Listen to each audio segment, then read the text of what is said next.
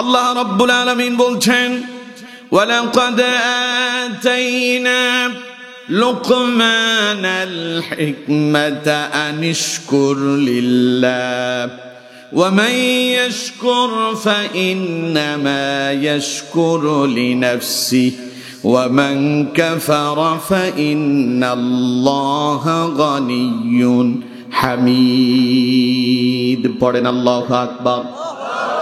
আল্লাহ পাক বলছেন, নবী, ওয়ালাকাদ আতাইনা লুকমানাল হিকমা, লোকমানকে আমি হিকমত দিয়েছি, জ্ঞান দিয়েছি, প্রজ্ঞা দিয়েছি, ইলম দান করেছি।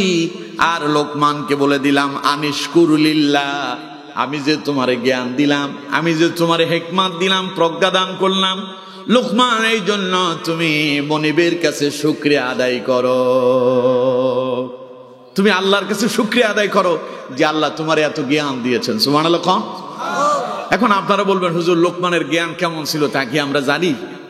আমার বন্ধুগণ, হযরত লোকমানের ছোট্ট একটা জ্ঞানের কথা বলি। তাফসীর ইবনে কাসিরের ভেতরে এসেছে, হযরত লোকমানকে আল্লাহ রাব্বুল আলামিন দুইটা ব্যাপারে তার ইচ্ছাধীন করে দিয়েছেন। আল্লাহ লোকমানকে বলেছেন, লোকমান, আমি তোমার জন্য দুইটা জিনিস বরাদ্দ করেছি। তুমি যদি চাও তাহলে তুমি নবী হতে পারো, আর যদি চাও তুমি ওলিও হতে পারো। এখন তুমি কোনটা নিবে?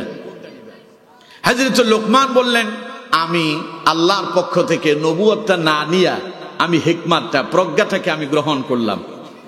তার একজন অনুসারী জিজ্ঞাসা করলো, ভাই লোকমান, নবুয়তের চাইতে শ্রেষ্ঠ, দামি, মর্যাদাপূর্ণ দায়িত্ব আর কিছু আছে? পৃথিবীতে আল্লাহ পাক যত মানুষ প্রেরণ করেছেন, এদের ভিতরে শ্রেষ্ঠ হলো তারা নবী হিসেবে এসেছিলেন যারা। সুবহানাল্লাহ। কোন আমার বন্ধুগণ, তাহলে কোন তো নবীদের উপরে আর কেউ আছে দুনিয়াতে? মানুষের ভেতরে শ্রেষ্ঠ যারা, তাদের নাম নবীরা। তারা কারা? কথা বলেন না আপনারা, তারা কারা? নবীরা। আমার বন্ধুগণ, হযরত লোকমানকে প্রশ্ন করা হলো, আপনি নবুয়ত না নিয়ে হিকমত নিলেন, এর কারণ কি? হযরত লোকমান জবাব দিলেন, ভাই শোনো, এই পৃথিবীতে আল্লাহ পাক যতজন নবীকে নবী করে দুনিয়ায় প্রেরণ করেছেন, কাউকে জিজ্ঞাসা করে আল্লাহ নবী বানান নাই। যাকে আল্লাহ পাক নবুয়ত দেবেন, তিনি তার সর্বপ্রথম সিদ্ধান্ত নিয়ে নিলেন কে নবী হবে। সুতরাং যেহেতু আল্লাহ পাক আমার উপরে এটা ইচ্ছাধীন ছেড়ে দিলেন, আমি যদি নবুয়তটা চেয়ে নিতাম, নবুয়ত অনেক দামি জিনিস, নবুয়তের দায়িত্ব পালন করতে গিয়া নবীরা আমার খেয়েছেন, রক্তাক্ত হয়েছেন, নির্যাতিত হয়েছেন, এবং নবীদেরকে অত্যন্ত ধৈর্যের পরিচয় দিতে হয়েছিল। হযরত লোকমান বলেন, আমি যদি নবুয়তের দায়িত্ব গ্রহণ করতাম আর নবুয়তের দায়িত্ব পালন করতে গিয়ে যদি বিপদে পড়তাম, তখন আল্লাহ পাক হয়তো আমাকে বলতেন, লোকমান, নবুয়ত তো তুমি নিজে চেয়ে নিয়েছো। সুতরাং যেহেতু আল্লাহ রাব্বুল আলামিন আমার ইচ্ছাধীন করে দিয়েছেন, এই জন্য আমি নবুয়তটারে প্রাধান্য না দিয়া হিকমত আর জ্ঞানটারে প্রাধান্য দিলাম। এবার হযরত লোকমানের জ্ঞান কেমন ছিল দেখুন। কোরআনে আল্লাহ পাক কেন লোকমানের কথায় সূরা অবতীর্ণ করলেন, লোকমানের নামে কেন সূরা দিলেন? লোকটা এত সুন্দর ছিল না, অনেক প্রভাবশালী ছিল না, একজন কৃতদাস ছিলেন। কৃতদাস থেকে যারে আল্লাহ পাক জিরো থেকে হিরো বানায়া দিলেন, সেই লোকমানের গুণাগুণ কেমন ছিল? আল্লাহ রাব্বুল আলামিন বলেন, লোকমান তার নিজের কলিজার টুকরা সন্তানকে এমন কিছু নসিহত করলো, আল্লাহ পাকের দরবারে লোকমানের নসিহত গুলো এত পছন্দ হলো, পরে লোকমানের ওই নসিহত গুলো আল্লাহ পাক কোরআনুল কারীমের ভেতরে কোট করলেন, আর লোকমানের নামে আল্লাহ সূরা অবতীর্ণ করে দিলেন। ছেলেরে নসিহত করছে, আপনি আপনার সন্তানদের মাঝে মধ্যে কিছু উপদেশ দেন না? কথা কয় না, দেন না? ছেলেটারে বলেন, বাবা সকালবেলা উঠে স্কুলে চলে যাবা, মাদ্রাসায় চলে যাবা, ভার্সিটিতে চলে যাবা, ভালো করে লেখাপড়া করতে হবে, তোমাকে মানুষের মতো মানুষ হতে হবে। আমি ঠেলা গাড়ি চালাই, আমি বদলা দেয়, আমি রিক্সা চালাই, অনেক কষ্ট করি, এই যে আমার দুঃখ দুর্দশা, এটা তোমারে মুছে দিতে হবে। ছেলেরে আপনি এইরকম নসিহত করেন না? কথা কয় না, করেন না? আমি নিজেও আমার বাচ্চাকে বলি, আমার 3টা মেয়ে, আলহামদুলিল্লাহ। কোন এখনো ছেলে আল্লাহ দেয় নাই, আল্লাহ দিলে হয়তো হইতে পারে, আল্লাহ দান করুক, বলুন আমিন। মেয়ে আমার 3টা, বড় মেয়েটা অসুস্থ, প্রায় তার বয়স 12 বছর, 12 বছরই অসুস্থ। মেজো মেয়েটা আলহামদুলিল্লাহ দুইটাই মোটামুটি ভালো জ্ঞানী, দুইটাই মাদ্রাসায় পড়ে। তো মেজো মেয়েটা, আমি বলি তুমি আমার এখন স্বপ্ন, এই যে তোমার বড় বোনটা অসুস্থ, তোমাকে ভালো কিছু করে দেখাতে হবে যে বাবা বড় মেয়েটা অসুস্থ হলো আলহামদুলিল্লাহ, আমি তো সুস্থ আছি, আমি এমন কিছু করতে চাই যাতে আল্লাহ পাক সম্মান আর মর্যাদা বাড়ায় দেয়। আলহামদুলিল্লাহ কম। তো মাঝে মধ্যে তারা উৎসাহিত করি।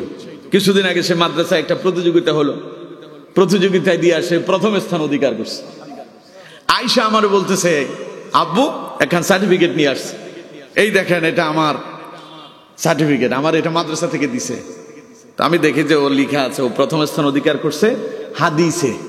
আমি বললাম যে আলহামদুলিল্লাহ, আল্লাহ তোমার দুনিয়া এবং আখিরাতে এইভাবে সম্মানিত করুক, বলুন আমিন। এইভাবে আমরা আমাদের সন্তানদেরকে নসিহত করি যে বাবা তুমি যদি ভালো রেজাল্ট করতে পারো তোমার এই দিব সেই দেব, তুমি যদি ভালো কিছু করতে পারো তোমার এই দিব সেই দেব, এগুলো বলে আমরা উপদেশ দেই। কিন্তু আমার বন্ধুগণ, আমাদের এই উপদেশগুলো অনেক ক্ষেত্রে পালনীয় হয়, আবার অনেক ক্ষেত্রে পালন হয় না। কিন্তু হযরত লোকমান তার সন্তানকে এমন কিছু উপদেশ দিলেন যেগুলো খালি সন্তানের পছন্দ নয়, বরং আল্লাহর কাছেই পছন্দ হয়েছে বিদায় কোরআনুল কারীমে আল্লাহ পাক সেই কথাগুলো কোট করেছেন। আর পরবর্তী সর্বশেষ নবী মুহাম্মদুর রাসূলুল্লাহ সাল্লাল্লাহু আলাইহি ওয়াসাল্লামের উম্মতের জন্য আল্লাহ পাক এই কথাগুলোকে কোরআনুল কারীমে তুলে ধরেছেন। পড়েন সুবহানাল্লাহ। তা হযরত লোকমান তার সন্তানকে নসিহত করলেন কয়টা? 10টা। সবাই বলতে হবে কয়টা? প্রথম 1 নাম্বার নসিহত দেখুন আল্লাহ পাক বলছেন, আল্লাহ রাব্বুল আলামিন বলছেন, وَإِذْ قَالَ لُقْمَانُ لِابْنِهِ وَهُوَ يَعِظُهُ يَا بُنَيَّ لَا تُشْرِكْ بِاللَّهِ إِنَّ الشِّرْكَ لَظُلْمٌ عَظِيمٌ। আল্লাহ পাক বলছেন, ওয়াইদ ক্বালা লুকমানু লিবনিহি ওয়া হুয়া ইয়াইযু, নবী স্মরণ করুন লোকমানের কথা, যিনি তার সন্তানকে উপদেশ দিতে গিয়া বললেন, ইয়া বুনাইয়া, হে আমার কলিজার টুকরা সন্তান। এখানে উলামায়ে কেরাম আছেন, ইবনে শব্দের অর্থ সন্তান, বুনাইয়া শব্দের অর্থ সন্তান। কিন্তু আমার বন্ধুগণ, দুইটা শব্দের ভেতরে অনেক ব্যবধান আছে। ইবনে শব্দের অর্থ হলো শুধু সন্তান, আর বুনাইয়া শব্দের অর্থ হচ্ছে কলিজার টুকরা সন্তান। সুবহানাল্লাহ বললেন না? মাঝে মধ্যে আমরা আমাদের সন্তানদেরকে আদর করে মায়া করে ডাকি, আব্বু ময়না পাখি, টিয়া পাখি। আসলে ও কি ময়না পাখি? কথা বল না কেন? ও কি ময়না পাখি? ও টিয়া পাখি? আমরা ডাকি কলিজা, তারপরে মানিক, সোনামণি, এগুলো বলি না? আসলে সে কি সোনামণি? সে কি টিয়া পাখি? ময়না পাখি? সে কি কলিজা? না, এগুলো হৃদয়ের ভালোবাসা, ঠিক কিনা? ইয়া বুনাইয়া, এটা হলো হৃদয়ের ভালোবাসার ডাক, মুহাব্বতের ডাক। তার মানে হযরত লোকমান তার সন্তানকে আদর করে, স্নেহ করে, মুহাব্বত করে ডেকেছেন। নসিহত করার সিস্টেমই হলো ডাকটা হতে হবে আদরের সাথে। কিসের সাথে গন্ত? মনে করেন আপনি আপনার ছেলেকে এখন বুঝাবেন, নসিহত করবেন আর কি। আপনি ছেলের বললেন, এই আব্দুল্লাহ এদিকে আয়, ও বুঝবে যে মনে হয় যে আমার এখন পিটুনি দিবে, কারণ বাপের মেজাজ খারাপ হয়েছে। ডাকের আওয়াজেই বোঝা যাচ্ছে যে ঘটনা তেমন ভালো না। আর আপনি ডাক দিলেন, ছেলেটার নাম আব্দুল্লাহ, আপনি আব্দুল্লাহ না বলে বললেন, আমার আব্বুটা কোথায় গো, আব্বু এদিকে আসো তো। ছেলে বুঝতে পারবে যে আব্বা এখন আদরের জন্য ডাকতেছে। সুবহানাল্লাহ কইলেন না? আল্লাহ শিখাইয়া দিচ্ছেন নসিহত কেমনে করবেন, সন্তানকে কেমনে বোঝাবেন। হযরত লোকমান সন্তানকে ডাক দিলেন আদর দিয়া, স্নেহ মায়া দিয়া। সন্তানটারে ডেকে বললেন, ইয়া বুনাইয়া, ও আমার কলিজার টুকরা সন্তান, আব্বু এদিকে আসো, শোনো সোনামণি, আব্বু তোমারে কিছু কথা বলবো, আব্বুর কথাগুলো শোনো। হযরত লোকমান প্রথম নসিহত করলেন, আমার বাবা শোনো, লা তুশরিক বিল্লাহ, আব্বু খবরদার আল্লাহর সঙ্গে শিরিক করো না। সুবহানাল্লাহ কইলেন না? আমরা প্রথমে ছেলেদেরকে তাওহীদ শিখাই না। আমার দেশে দেখবেন অনেক মায়েরা আছে, এখন তো মোবাইল সবার হাতে হাতে আছে না, পুরুষের কাছেও আছে, মহিলার কাছেও আছে। বাচ্চাদেরকে এখন আর মুক্তবে পাঠানো হয় না, কোরআন শেখানো হয় না। আগে ছোট্টবেলায় শিশুদেরকে প্রথমেই মায়েরা শেখাতো আল্লাহ, লা ইলাহা ইল্লাল্লাহ, আউযু বিল্লাহ, বিসমিল্লাহ, সূরা ফাতিহাটা শিখায় দিত। এখন সন্তানদেরকে শেখানো হয় মোবাইলের ভেতরে থাকা বিভিন্ন গান বাজনা। আছে না নাই? আরো জোরে বলেন, আছে না নাই? তাইলে আপনি কি সন্তানটারে তাওহীদ শেখালেন না তাগুত শিখালেন? কথা বলেন, তাওহীদ না তাগুত? গান বাজনা সিনেমা এগুলো হলো শয়তানের কাম, এগুলো মুমিনের কাজ। আরো জোরে বলেন, এগুলো মুমিনের কাজ। আজ আমরা এই কাজ না করার কারণে আমাদের সন্তানের আমাদের থেকে বিচ্ছিন্ন হয়ে যাচ্ছে। আমাদের সন্তানগুলো ইয়াবাখোর হচ্ছে, মদখোর হচ্ছে, জানাকার হচ্ছে, টিকটকার হচ্ছে। যেই সমস্ত ছেলেরা টিকটক করতেছে, চুলে কাঠিন করে, এবং তাদের অবস্থা দেখলে আমার মনে হয় এগুলোর জন্মের পরে এদের কানে আজান দেওয়া হয়েছে কিনা তা আমার সন্দেহ হয়। মানুষ জন্ম নিলেই, ছোট্ট শিশু দুনিয়ায় আসলেই রাসূলুল্লাহ শিখায়া দিচ্ছেন, নবী নিজেই তার নাতি হাসান রাদিয়াল্লাহু তাআলা আনহু, তিনি যখন দুনিয়ায় এসেছেন নবী নিজেই ডান কানে আজান দিয়েছেন। সুবহানাল্লাহ কোন? সে আজান এখন আর নাই। আছে? নাই, উঠে গেছে, হসপিটালে হচ্ছে, কোনো খবরই নাই। আমার বন্ধুগণ, সন্তান যখন দুনিয়ায় আগমন করে একটা রুমের ভেতরে আসি, ওই রুমটা দেখে সে মনে করে বিশাল এক জায়গার ভেতরে আমি এসে গিয়েছি। তখন তারে শোনায় দেন আল্লাহু আকবার বলে, যে দুনিয়ায় তুমি আসছো, তুমি যা দেখতে পাচ্ছ এর চাইতে বড় একজন আছেন, তিনি কে? এই তাকবীরের আওয়াজ যদি তার কানে শোনায় দেওয়া যায়, হতে পারে সে যদি প্রতবষ্ট হয় ওই তাকবীরের আওয়াজে আবারও একদিন ফিরে আসতে পারে। এজন্য আমার বন্ধুগণ, সন্তানদেরকে দুনিয়ায় আগমন করলেই প্রথমে কানে আজান দিবেন, তাওহীদের বাণী শোনায় দিবেন। পারবেন তো ইনশাআল্লাহ? অনেকে চিন্তা করে আজান দেওয়ার জন্য মনে হয় হুজুর লাগবে। না, হুজুর লাগবে না, যেই পারেন, যিনি আছেন কাছে তিনি আজান দিয়ে দিবেন। পারবেন না ইনশাআল্লাহ? আল্লাহ আমাদেরকে আমল করার তৌফিক দান করুন, বলুন আমিন। আমার বন্ধুগণ, হযরত লোকমান তার সন্তানকে নসিহত করলেন, আমার আব্বু শোনো, কলিজার টুকরা শোনো, লা তুশরিক বিল্লাহ, খবরদার আল্লাহর সঙ্গে শিরিক করো না। ইন্নাশ শিরকা লাযুলমুন আযীম, কারণ সব চাইতে বড় জুলুম হলো আল্লাহর সঙ্গে শিরিক করা। জুলুম বুঝেন আপনারা? কথা কয় না, জুলুম বুঝেন? মাঝে মধ্যে দোকানপাটে আমার দেশের কিছু লম্পটেরা আছে, এরকম বাকি করে টাকা দেয় না। আছে না নাই? বিগত 16 বছর যারা ছিল অধিকাংশই ঢাকা বিশ্ববিদ্যালয় সহ বিভিন্ন হলে যারা ক্ষমতার দাপট দেখিয়েছিল, ছাত্রদের উপরে নির্যাতন করেছিল, যাদেরকে বর্তমানে নিষিদ্ধ করে দেওয়া হয়েছে, এই নিষিদ্ধ সংগঠনের এই লোকগুলো বিগত দিনে হল বাণিজ্য করেছিল, এমনকি সেখানে বিভিন্ন জায়গায় চায়ের দোকানে, হোটেলগুলোতে এত টাকা বাকি করেছে, টাকা তো পরিশোধ করে নাই। যখন তাদের ক্ষমতা গেল সবগুলো পালায় গেল, ঠিক কিনা? আমার বন্ধুগণ, এই যে মানুষের দোকানে গরিব মানুষ চা বিক্রি করে, হোটেলে ব্যবসা করে, তার অল্প পুঁজি, সে আপনার প্রতিদিন বাকি খাওয়ালো, খাওয়াতে খাওয়াতে 5,000 10,000 টাকা জমে গেছে।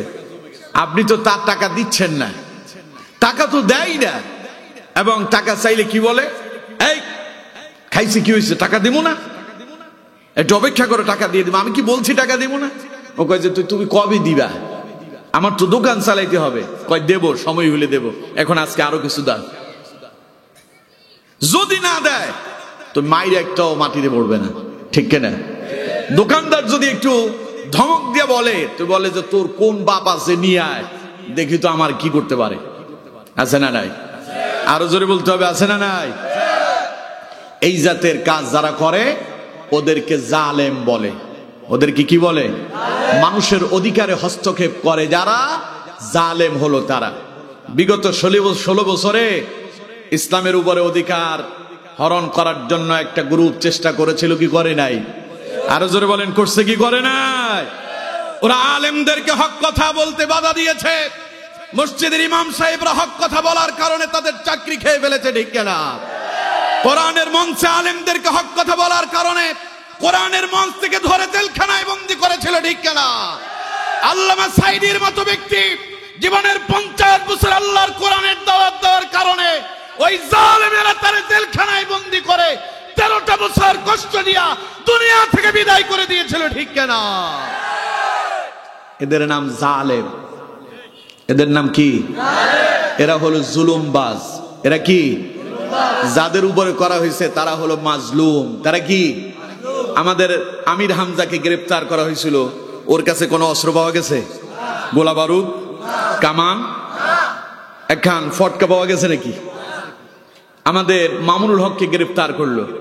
মামুনুল হকের অপরাধ কি? ওই যে ভাস্কর্য তৈরি করছিল, স্মরণ আছে আপনাদের? ওই ভাস্কর্যের বিরুদ্ধে কথা বলেছিলেন মামুনুল হক, সোচ্চার ছিলেন তিনি।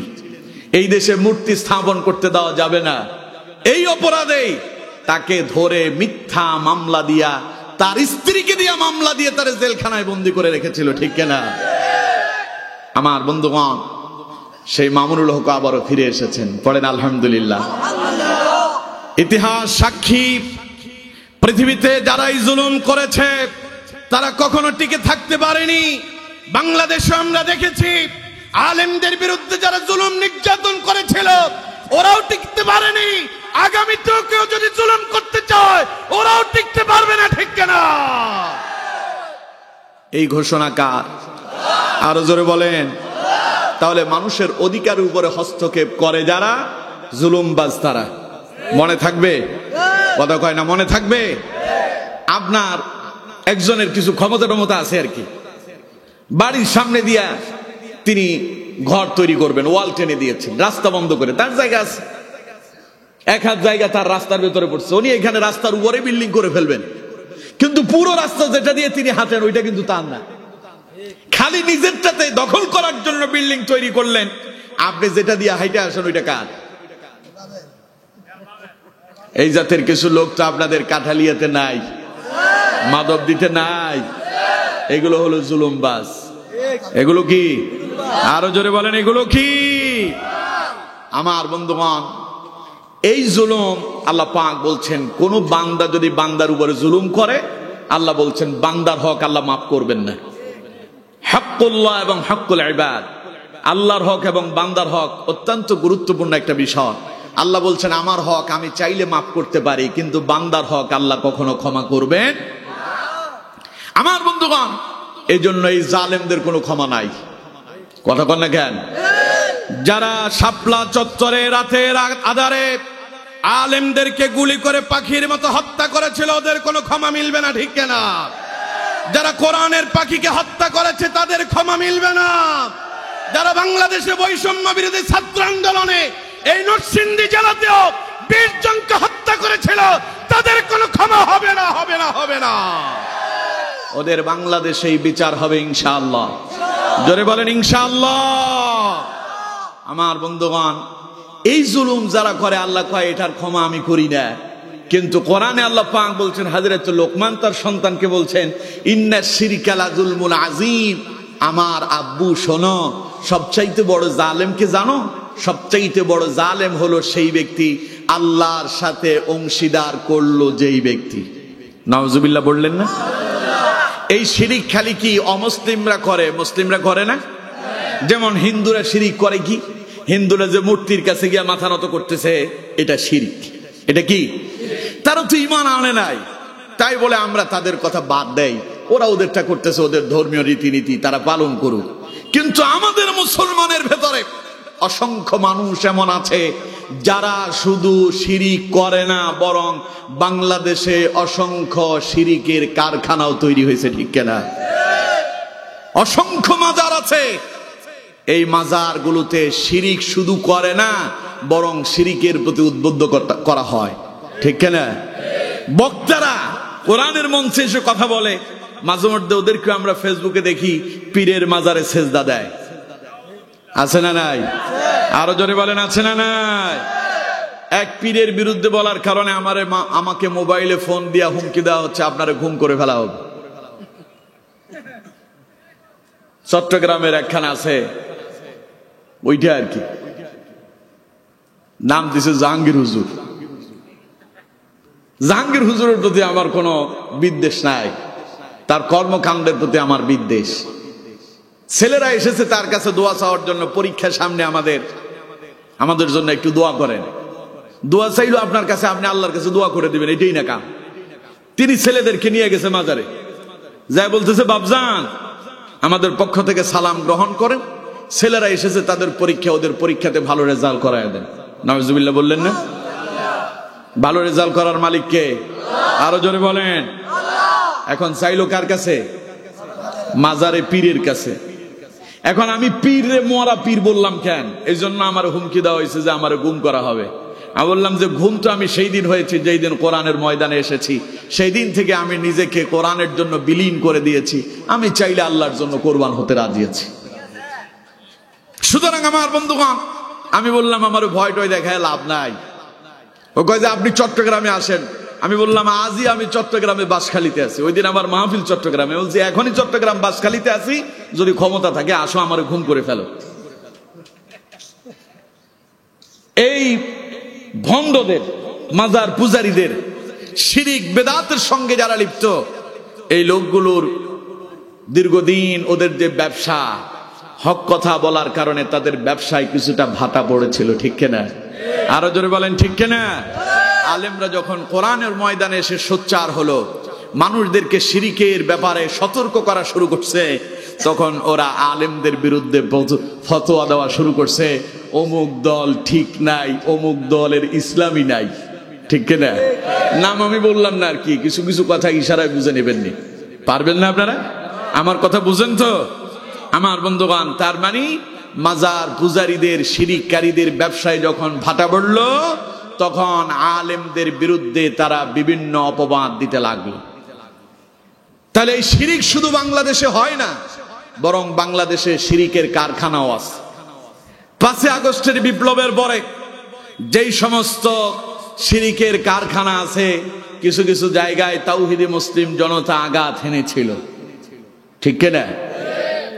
তাওহিদি মুসলিম জনতা আঘাত হানার পরে ওদের কলিজায় লাগছে, কয় যে তোমরা কেন হঠাৎ করে মাজার ভাঙা শুরু করছো? তোমরা ওইদিকে মূর্তি পাহারা দাও, আবার এই দিকে তোমরা মাজার ভাঙো, তার মানে তোমাদের মতলব ভালো না। এই কথা বলছে না? কথা বল না কেন? বলে নাই? আচ্ছা, যারা হিন্দুদের মন্দির পাহারা দেওয়া হয়েছিল যখন 5 আগস্টের পরে, এটা কি ইসলামের কল্যাণে ছিল না অকল্যাণে ছিল? সবাই বলতে হবে কল্যাণে না অকল্যাণে? কারণ তখন স্বৈরাচারেরা বিভিন্ন জায়গায় বসে ষড়যন্ত্র করছিল যে হিন্দুদের মন্দিরে আঘাত করবে, বাড়িঘরে জ্বালাও পোড়াও করবে, পরে মুসলমান এবং হিন্দুদের ভেতরে একটা দাঙ্গা সৃষ্টি হবে, এটাকে পুঁজি করে তারা আবার দেশ দখল করবে।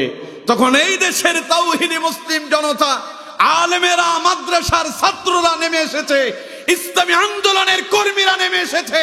ওরা বলেছে এই দেশে হিন্দুদের মন্দিরে আঘাত করে তোমরা হিন্দু মুসলমানদের বিরুদ্ধে, মুসলমানদের সাথে দাঙ্গা সৃষ্টি করতে চাও, ওটা বাংলাদেশে হবে না, ওটা ইসলামের কল্যাণে ছিল। এই জন্য মুসলমানরা তাদের মন্দির পাহারা দিয়েছে, ঠিক কেনা? পরে যখন হিন্দুদের পূজার সময় বলা হলো মাদ্রাসার ছাত্ররা মন্দির পাহারা দেবে, তখন ছাত্ররা কি বলেছিল? এটা আমাদের কাজ না, তাদের পূজা মণ্ডপে তারা কাজ করবে, ওরা শিরিক করবে, সেখানে আমরা পাহারা দেব, ওটা হবে না। ওই সময় ছিল অবস্থার আলোকে। এখন যদি আমাদের উপরে চাপায় দেওয়া হয়, সেই দায়িত্ব আমরা নেব না। সুতরাং যারা মাজারে শিরিক করার জন্য ওইটাকে টেনে এনে এটার সাথে লাগাতে চাও, আমরা বুঝতে পেরেছি তোমাদের মতলব ভালো না, তোমরা এই দেশে শিরিক চালাতে চাও, এই জন্য তোমরা এই সমস্ত পায়তারা করছো। এই দেশের তাওহীদি মুসলিম জনতা বেঁচে থাকতে বাংলাদেশে শিরিকের আখড়া করতে দেওয়া হবে না, হবে না, হবে না। আমার বন্ধুগণ, শিরিকের এই দেশে আস্তানা যেগুলো আছে, এই আস্তানাগুলোকে আমরা বলবো সময় থাকতে আপনারা সচেতন হন, না হলে মুসলিম তাওহীদি জনতা আপনাদেরকে ছাড় দেবে। জোরে বলেন, ছাড় দেবে। এর জন্য আমার বন্ধুগণ, এই দেশে শুধু শিরিক হয় না, শিরিকের জন্ম দেওয়া হয়। একটা মানুষ বিবাহ করছে, 4-5 বছর হয়ে গেছে, সন্তান হয় না। সন্তান দেওয়ার মালিক কে? আরো জোরে বলেন। 4-5 বছর হয়েছে সন্তান হয় নাই, ডাক্তার দেখালো কাম হচ্ছে না। শেষে তার প্রতিবেশী কিছু লোকজন বলতেছে অমুক পীরের দরবারে চলে যাও, অমুকে গেছে, তার একটা ছেলে হয়েছে, তুমি যাও, তোমারও একখান হইতে পারে। আছে না নাই? পীর কি সন্তান দিতে পারে? সন্তান দেওয়ার মালিক কে? আরো জোরে বলেন। হযরত ইব্রাহিম আলাইহিস সালামের নাম শুনছেন? পীর না নবী? আরো জোরে বলেন, পীর না নবী? কোন জাতের নবী? জাতির পিতা। সুবহানাল্লাহ কইলেন না? এই দেশে তো জাতির পিতা কত লোকেরে বানানো হলো। এই জাতির পিতা নিয়ে আলোচনা করে কয়েকজন ইমামের চাকরি ওই দেশে গেল। আমি যেই মসজিদে খুতবা দিতাম আগে, বহু আগে, ওইখানে 6 বছর আগে ওই মসজিদে খুতবা দিয়েছি। তো আমার পাশের মসজিদে ইমাম সাহেব তিনি জুমার খুতবা দিতে গিয়ে কোরবানের সময় আলোচনা করতে গিয়ে, কোরবান তো হচ্ছে ইব্রাহিম আলাইহিস সালামের সুন্নাত, তো তিনি এই কথাগুলো আলোচনা করতে গিয়ে জাতির পিতা ইব্রাহিম আলাইহিস সালাম বলছেন। নামাজ শেষে ওরা 2টা মোটরসাইকেল নিয়ে আমার কাছে এসে হাজির। প্রথমে আমার ফোন দিল, হুজুর আপনি কোথায়? আমি বললাম যে আসি এখনো মসজিদে। একটু বসেন, আপনার সাথে কিছু কথা আছে। আসছে, আয়েশা বলল যে হুজুর ইব্রাহিম আলাইহিস সালাম জাতির পিতা কোরআনে কয়বার আছে? আমি বললাম যে কেন? কয় না, আপনি বলতে হবে। তা আমি বললাম যে কোরআনুল কারীম খোলেন না, সূরা হজ্জের শেষের দিকে আল্লাহ পাক ইব্রাহিম আলাইহিস সালামকে জাতির পিতা বলেছেন। হুজুর কয়বার? আমি বলছি যে একবার বলছে আর কি। আমাদের ইমাম সাহেব আজকে 20 বার বলছে জাতির পিতা ইব্রাহিম। কয়বার বলছে? তাই বললাম যে 20 বার বলছে জাতির পিতা ইব্রাহিম, এটা বললে অসুবিধা কই? কয় না, উদ্দেশ্য কিন্তু এটা ছিল না। উদ্দেশ্য হচ্ছে তিনি আমাদেরকে উদ্দেশ্য করে বলেছেন। আল্লাহ যে তুই জাতির পিতা ইব্রাহিম আপনি মানেন না? কয় মানি। খালি একবার মানেন নাকি? এবার আর কথা কয় না। আমি বললাম যে আপনারা যখন বিভিন্ন জায়গায় সমাবেশে যান, আপনাদের সব আলোচকেরাই, অতিথিরাই বক্তব্য দিতে গিয়া বক্তব্যের শেষে জাতির পিতা জিন্দাবাদ বলে স্লোগান দেয়। সেখানে তো প্রতিবাদ হলো না। আল্লাহর কোরআনে আল্লাহ ইব্রাহিমকে জাতির পিতা বলেছেন, এখানে আপনার কলিজায় লেগেছে, বুঝতে হবে আপনার ইমানের ভেতরে খুনে ধরেছে, ঠিক কেনা? আপনি ঠিক হয়ে যান, ইমামের বিরুদ্ধে আমার কাছে অভিযোগ নিয়ে আসবেন না। আমার বন্ধুগণ, সেই ইব্রাহিম আলাইহিস সালাম তিনি মুসলিম জাতি। আল্লাহ কোরআনুল কারীমে বলছেন মিল্লাতা আবিকুম ইব্রাহিম হুয়া সাম্মাকুমুল মুসলিমিন। সুবহানাল্লাহ। আল্লাহ পাক বলছেন ইব্রাহিম হচ্ছেন মুসলিম মিল্লাতের জাতির পিতা, আর তিনি মুসলমানদের নাম রেখেছেন মুসলমান। সুবহানাল্লাহ। সুতরাং আমার বন্ধুগণ, সেই ইব্রাহিম আলাইহিস সালাম বিবাহ করলেন, সন্তান হচ্ছে না। 80 বছর হয়ে গেছে। কত বছর? কম কথা? হ্যাঁ, ছোটখাটো কথা। আপনি বিবাহ করছেন 2 বছর 3 বছর, সন্তান হয় না, আপনি গেছেন পীরের কাছে। ইব্রাহিম আলাইহিস সালাম বিবাহ করছে 80 বছর, কোনো সন্তানই হইতেছে না। ইব্রাহিম আলাইহিস সালাম তিনি নবী। পীর বড় না নবী বড়? সবাই বলেন, পীর বড় না নবী বড়? নবী যদি বড় হন, ইব্রাহিম আলাইহিস সালাম চাইলে তো একখান পোলা জন্ম দিতে পারতেন, কিন্তু ইব্রাহিম আলাইহিস সালাম জীবনের 80-85 বছর পর্যন্ত আল্লাহর কাছে দোয়া করলেন আর কানলেন, রব্বি হাবলি মিনাস সালিহিন। ইব্রাহিম আলাইহিস সালাম কানতে কানতে জীবনের 85 বছর পরে আল্লাহ পাক বললেন, জিবরাইল যাও আমার বন্ধুকে গিয়ে শোনায় দাও, ফাবাশশারনাহু বিগুলামিন হালিম। ইব্রাহিমের জন্য আমি আল্লাহ একটা নেককার ধৈর্যশীল পুত্র সন্তানের সুসংবাদ প্রদান করছি। নবী যদি আল্লাহর কাছে চেয়ে 80-85 বছর পরে যদি সন্তান পায়, আর আপনি 1-2 বছরে কেন এত হাঁপিয়ে যান? আল্লাহর কাছে তাহাজ্জুদের নামাজ পড়ে পড়ে কান্না করেন, তাহলে পরে আপনাকে যিনি সন্তান দিতে পারেন তিনি কে? আপনি পীরের দরবারে গিয়া সন্তান কামনা করতে গিয়া ঈমানও চলে গেল, শিরক করলেন আর আপনি জাহান্নামী হয়ে গেলেন। এখন আপনারা বলবেন, হুজুর বুঝি পীরের কাছে বুঝি সন্তান চাইলে জাহান্নামী হয়? দেখুন আল্লাহ পাক বলছেন, কোরআনুল কারীমের কথা, আমার কথা না। শিরক করবে যারা, আল্লাহ পাক তাদের ব্যাপারে ঘোষণা দিলেন, ইন্নাহু লা ইয়াগফিরু আন ইউশরাকা বিহি ওয়া ইয়াগফিরু মা দুনা যালিকা লিমান ইয়াশা। আল্লাহ পাক বলছেন, ইন্নাল্লাহা লা ইয়াগফিরু আন ইউশরাকা বিহি। আল্লাহ পাক বলছেন, নিশ্চয়ই যারা আল্লাহর সঙ্গে শিরিক করে, আল্লাহ পাক বলেন আমি আল্লাহ তাদেরকে ক্ষমা করি না। ওয়ায়াগফিরু মা দুনা যালিকা লিমান ইয়াশা। এই ছাড়া আমি যাকে চাই ক্ষমা করে দিতে পারি। সুবহানাল্লাহ কইলেন না? কিন্তু শিরিকের গুনাহ আল্লাহ ক্ষমা, আরো জোরে বলতে হবে, শিরিকের গুনাহ আল্লাহ ক্ষমা করবেন। নবীজি বলছেন, মান মাতা ইউশরিক বিল্লাহি শাইআন দাখালান নার। যেই ব্যক্তি শিরিক করে মৃত্যুবরণ করলো, ওর স্থান হলো আগুনে। ওয়ামান মাতা লা ইউশরিক বিল্লাহি শাইআন দাখালাল জান্নাহ। আর যেই ব্যক্তি শিরিক করা ব্যতি রেখে মৃত্যুবরণ করলো, আল্লাহ নবী ঘোষণা দিলেন ওই ব্যক্তির স্থান হলো আল্লাহর জান্নাত। এখন জান্নাতে যেতে চান না জাহান্নামে যেতে চান? সবাই বলেন জান্নাতে না জাহান্নামে? এখন জান্নাতে যেতে হলে শিরিক করা যাবে? আমার বন্ধুগণ, আল্লাহর সঙ্গে শিরিক করবে না যারা, কিয়ামতের দিন আল্লাহর সাক্ষাৎ পাবে তারা। আল্লাহরে দেখতে চান? কথা কয় না। আল্লাহরে দেখতে চান? কেউ কি আল্লাহরে দেখেছেন? আমি কি আপনাদের কারো বিরুদ্ধে বলছি? কথা কয় না। ও সকালবেলা ডিউটি আছে, তাহলে আমারও 9টা উঠাইয়া দিতেন। আমার বন্ধুগণ, ডিউটি তো আমাদেরও চলতেছে, ঠিক না? গতকাল প্রোগ্রাম ছিল রাজশাহী নওগাঁয়। রাতে যে প্রোগ্রাম শেষ করে বের হয়েছি, ঢাকায় এসেছি সকাল 10টায়, ঘুমালাম 2 ঘন্টা। এরপরে জুমার নামাজ, জুমার পরে খাওয়া দাওয়া করে এসে আবার বালিশে যখন মাথা লাগালাম, আসরের আজান হচ্ছে। আসর নামাজ পড়লাম, মাগরিব পড়ে আপনাদের এদিকে রওনা হলাম। সারাদিনে ঘুমালাম কয় ঘন্টা? আগামীকালকের প্রোগ্রাম আবার যশোর, খুব কাছে না? কাজ আমাদের নাই? আরে মিয়া, এটা তো কোরআনের মাহফিল। আল্লাহর কোরআনের জন্য 2টা ঘন্টা যদি আপনি কোরবান করতে না পারেন, কিসেরই বা মাহফিল? কি এখানে প্রতিদিন হবে? বছরে কয়দিন হয়? 2 দিন। বছরে কয়দিন? এটা সারা বছরে 2 দিন আসে।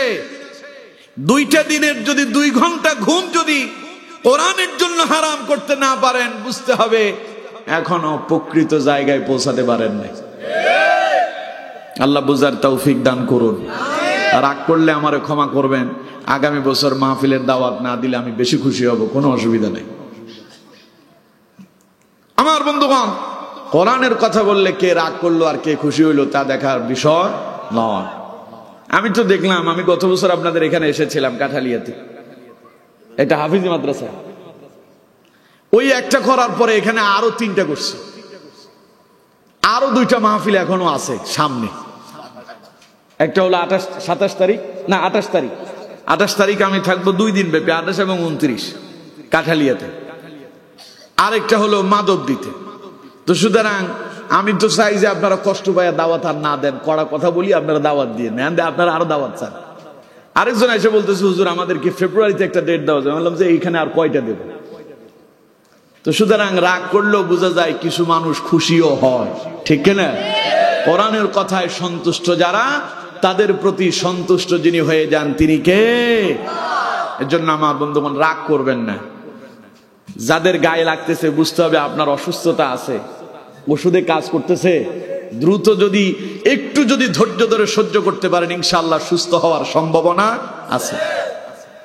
মনে করেন একজন লোক আপনাদের এই রাস্তা দিয়ে মোটরসাইকেল চালায় মাধবদী যাচ্ছে, 2500 থেকে কোথায়? মাধবদী। খুব দ্রুত বেগে যাচ্ছে, পথে গাড়ি অ্যাক্সিডেন্ট করছে মোটরসাইকেল। এইদিকে পায়ের চামড়া উঠে গেছে, হাতের চামড়া উঠে গেছে। এখন তারে ডাক্তারখানায় নিয়ে যাওয়া হলো, হসপিটালে নিয়ে যাওয়া হলো। কি লাগানো হবে? আগে দেওয়া হবে হ্যাক্সিসন, ওইটা দিলে তো কি যে জ্বালা পোড়া হবে। এরপরে লাগানো হবে কি? বায়োডিন। 2টাই খুব জ্বলে। এই জ্বালা যদি সহ্য করতে পারে দ্রুত ঘা শুকিয়ে যাবে। আর যদি সহ্য করতে না পারে ও বলবে যে না না না আমি এটা লাগাবো না, 2-4 দিন পরে পছন্দ হবে, হাত কেটে ফেলে দিতে হবে। ঠিক কিনা? কোরআনের কথা যদি কারো কলিজায় গিয়ে আঘাত করে বুঝতে হবে ওষুধ জায়গা মতো পড়েছে। ধৈর্য ধরে সহ্য করে যদি গিলে খেতে পারেন ওয়াল্লাহি আপনি দ্রুত সুস্থ হবেন। আর কোরআনের কথায় গায়ে লেগে যাওয়ার পরে উঠে যদি চলে যান, ওই যে আপনার ওই জায়গায় ক্ষতস্থান সঠিক সময় আপনাকে ট্রিটমেন্ট না নেওয়ার কারণে যেমন পছন্দ ধরতে পারে, কোরআনের হক কথা ধৈর্য ধরে না শোনার কারণে একটা পর্যায়ে মুনাফিক হয়ে মৃত্যুবরণ করতে হতে পারে। ঠিক কিনা? এজন্য কোরআনের কথা শুনতে হবে ধৈর্যের সাথে। পারবো তো ইনশাআল্লাহ? কষ্ট হলেও শুনবেন, কাজে লাগবে ইনশাআল্লাহ। আমার বন্ধুগণ, তাহলে বলছিলাম আল্লাহর সাথে সাক্ষাৎ পেতে চান? কথা কয় না, পেতে চান? আল্লাহরে কেউ দেখছেন? দেখি তো কারা কারা দেখছেন, হাত তোলেন। আল্লাহরে দেখছেন? একজনে দেখেন নাই? দেখতে চান? আমার বন্ধুগণ, তাইলে আল্লাহরে আমরা কেউ দেখি নাই। যে আল্লাহর প্রেমে পাগল হয়ে হযরত মূসা আলাইহিস সালাম তুরে পাড়ে আল্লাহর সঙ্গে কথা বলে আল্লাহরে বলতেছে আল্লাহ তোমারে দেখতে চাই। আল্লাহ কয় লাং তারানি, কখনো না। মূসা কয় আমিও ছাড়ার পাত্র নয়, এত সুন্দর সুন্দর কথা বলো, আমি তোমারে না দেখে ছাড়বো না। দেখতে চেয়েছিল, দেখতে কি পেরেছিল? কথা বলেন, পেরেছিল? সেটা লম্বা আলোচনা, সেই দিকে না যাই। সুতরাং আমার বন্ধুগণ, আল্লাহ পাক বলছেন আমার বান্দারা আমি তোমাদের সাথে দেখা দেব যদি একখান কাম করতে পারো। আল্লাহ পাক বলছেন, আল্লাহ রাব্বুল আলামিন বলছেন ফামান কানা ইয়ারজু লিকাআ রাব্বিহি ফালইআমাল আমালান সালিহান ওয়ালা ইউশরিক বিইবাদাতি রাব্বিহি আহাদা। আল্লাহ বললেন নবী तमाम পৃথিবীর মানুষদেরকে শোনায়া দেন, ওরা যদি আল্লাহর সঙ্গে দেখা করতে চায়, তারা যদি তাদের রবের সাক্ষাৎ পেতে চায়, তাহলে তারা যেন আমলে সালেহ করে, বেশি বেশি নেক আমল করে। ফালইআমাল আমালান সালিহান ওয়ালা ইউশরিক বিইবাদাতি রাব্বিহি আহাদা। আর ইবাদতে যেন তারা আল্লাহর সাথে অন্য কাউকে শিরিক না করে। ইবাদত যদি শিরিক মুক্ত হয়, ইবাদত যদি আল্লাহর সন্তুষ্টির জন্য হয়, আল্লাহ বলছেন নবী আপনি আপনার উম্মতদেরকে শোনায় দেন, আমার বান্দাদেরকে শোনায় দেন, আমি আল্লাহ নিজে ডাইরেক্ট আমার ওই বান্দাদের সাথে কিয়ামতের দিন সাক্ষাৎ দিয়ে দেব। সুবহানাল্লাহ। সুতরাং আমার বন্ধুগণ, সে আল্লাহর সাক্ষাৎ পাওয়ার জন্য আমলে সালেহ করতে হবে এবং শিরিক মুক্ত ইবাদত করতে হবে। পারবো তো ইনশাআল্লাহ? আরো জোরে বলেন, পারবো তো ইনশাআল্লাহ? তাহলে হযরত লোকমান সন্তানটারে প্রথম নসিহত করলেন লা তুশরিক বিল্লাহ, আমার সন্তান খবরদার আল্লাহর সঙ্গে শিরিক করো না। এইগুলো একটা। এবার দ্বিতীয় নাম্বার নসিহতটা শোনো। আল্লাহ রাব্বুল আলামিন বলছেন হযরত লোকমান তার সন্তানকে দ্বিতীয় নসিহত করলেন ইয়া বুনাইয়া ইন্নাহা ইন তাকু মিসকালা হাববাতিন মিন খারদালিন ফাতাকুন ফি সাখরাতিন আও ফিস সামাওয়াতি আও ফিল আরদি ইয়াতি বিহাল্লাহ ইন্নাল্লাহা লাতীফুন খবীর। পড়েন আল্লাহু আকবার। একটু জোরে পড়েন তো দেখি, আল্লাহু আকবার। আল্লাহ পাক বলছেন লোকমান এবার তার সন্তানকে দ্বিতীয় নসিহত করলো ইয়া বুনাইয়া, হে আমার কলিজার টুকরা সন্তান, আব্বু শোনো, ইন্নাহা ইন তাকু মিসকালা হাববাতিন মিন খারদালিন ফাতাকুন ফি সাখরাতিন আও ফিস সামাওয়াতি আও ফিল আরদ। যদি কোনো কিছু সরিষা দানা পরিমাণ হয়, সরিষা চেনেন তো আপনারা? সরিষা চেনেন? কয়েক মন হবে? কয়েক কেজি হবে? 100 টাকা হবে? 1 গ্রাম হবে? পাল্লায় দিলে ওইটা ওজনেই আসবে না। ওইটারে মাপার জন্য ওই যে স্বর্ণ আছে না, স্বর্ণ দোকানদার, জুয়েলারিতে নিয়ে যেতে হবে। ওরা যেটাতে মাপে ওইটাতে দিলে এটা কতটুকু ওজন আছে তা জানা যাবে। আল্লাহ পাক বলছেন হযরত লোকমান সন্তানকে নসিহত করতেছে, ইয়া বুনাইয়া, হে আমার কলিজার টুকরা সন্তান, ইন্নাহা ইন তাকু মিসকাল হাব্বা, কোন কিছু যদি সরিষার দানা পরিমাণ হয়, ফাতাকুম ফি সখরাতিন, আর সেটাকে যদি শিলাগর্ভে অর্থাৎ পাথরের ভেতরে যদি লুকিয়ে রাখা হয়, আও ফিস সামাওয়াতি, অথবা সেটা যদি আসমানে লুকিয়ে রাখা হয়, আও ফিল আরদি, অথবা জমিনের ভেতরে যদি দাফন করে ফেলা হয়, আও ফিল আরদি ইয়াতি বিহাল্লাহ, সেটাও আল্লাহ পাক বের করে আনতে সক্ষম না অক্ষম। আমার বন্ধুগণ, লোকমান সন্তানকে বলল, আব্বু, সুতরাং গুনাহ যদি অত্যন্ত ছোট হয়, ওটা যদি সরিষার দানা পরিমাণও যদি হয়, জেনে রাখো ওই ছোট্ট গুনাহটাও কিয়ামতের দিন আল্লাহ তোমার সামনে উপস্থিত করে দেখা দেবে। পারবে কি পারবে না? কোরআনুল কারীম থেকে শুনুন, আল্লাহ পাক বলছেন, ফামান ইয়ামাল মিসকালা যাররাতিন খায়রান ইয়ারা ওয়া মান ইয়ামাল মিসকালা যাররাতিন শাররান ইয়ারা। আল্লাহ পাক বলছেন, আমার বান্দারা, তোমরা যদি অনুবালি কণা পরিমাণ যদি কোনো ভালো কাজ করো, কিয়ামতের দিন আমি তা তোমাদেরকে দেখা দেব। আর যদি অনুবালি কণা পরিমাণ যদি কোনো মন্দ কাজ যদি করো, কিয়ামতের দিন আমি আল্লাহ তা তোমারে দেখাবো। আল্লাহ পারবে কি পারবে না? আরো জোরে বলেন, পারবে কি পারবে না? মানুষ এমন এমন অনেক অন্যায় অপরাধ করে যেটারে গুনাই মনে করে না, আছে না এরকম? ছোট ছোট গুনাহ করে যেটারে গুনাই করে না। একটা কথা মনে রাখবেন, ছোট থেকেই বড়। আমরা যখন দুনিয়া এসেছিলাম তখন কি আমাদের এরকম অবস্থা ছিল? খুবই ছোট্ট ছিলাম, কথা বলতে পারতাম না, হাঁটতে পারি নাই, চলতে পারি নাই, খেতে পারি নাই। মা খাওয়ায় দিলে খেয়েছি, না হইলে খাইতে পারি নাই। এই ছোট্ট থেকে যিনি আমাদেরকে বড় করেছেন তিনি কে? গুনাহটাও ছোট ছোট করতে করতে একসময় এটা কি হয়ে যাবে? বৃহৎ আকার হয়ে যাবে, বড় হয়ে যাবে। কিয়ামতের দিন মানুষ তার ছোট্ট গুনার জন্য আফসোস করবে। বলেছেন আল্লাহ। কে বলেছেন? আরো জোরে বলেন। দেখুন কোরআনে আল্লাহ পাক বলছেন, ওয়াউদিআল কিতাবু ফাতারাল মুজরিমিনা মুশফিকিনা মিম্মা ফীহি ওয়ায়াকুলুনা ইয়া ওয়াইলাতানা মা লিহাযাল কিতাব لا يغادر صغيرة ولا كبيرة إلا أحصاها ووجدوا ما عملوا حاضرا ولا يظلم ربك أحدا। পড়েন আল্লাহু আকবার। দেখুন আমার বন্ধুগণ, আল্লাহ পাক বলছেন, ওয়াউদিআল কিতাব, কিয়ামতের দিন মানুষের আমলনামা যখন কিতাব আকারে তাকে দেওয়া হবে, ফাতারাল মুজরিমিনা মুশফিকিনা মিম্মা ফি, নবী সেই দিন আপনি দেখতে পাবেন অনেকগুলো চেহারা আতঙ্কগ্রস্ত হয়ে গেল, ভীতস্ত হয়ে আছে, চেহারাগুলো মলিন হয়ে গেল, ওরা চিন্তায় পড়ে গেল, টেনশনে পড়ে গেল। আমলনামা যখন হাতে নিল, ওরা আমলনামা দেখে নিজের জীবনের ছোট ছোট আমলগুলো দেখে সেই দিন বলবে, ইয়া ওয়াইলাতানা মা লিহাযাল কিতাব, এই আবার কেমন কিতাব, লা ইউগাদিরু সাগীরাতান ওয়ালা কাবীরা, এটা তো এমন এক কিতাব, এটাতে দেখতে পাচ্ছি আমার জীবনের ছোট এবং বড় যত আমল করছি, গুনাহ যা করছি ছোট বড় সব কিছু এর ভেতরে লিপিবদ্ধ হয়ে গেল। ইল্লা আহসাহা, একটা কথাও তো বাদ যায় নাই।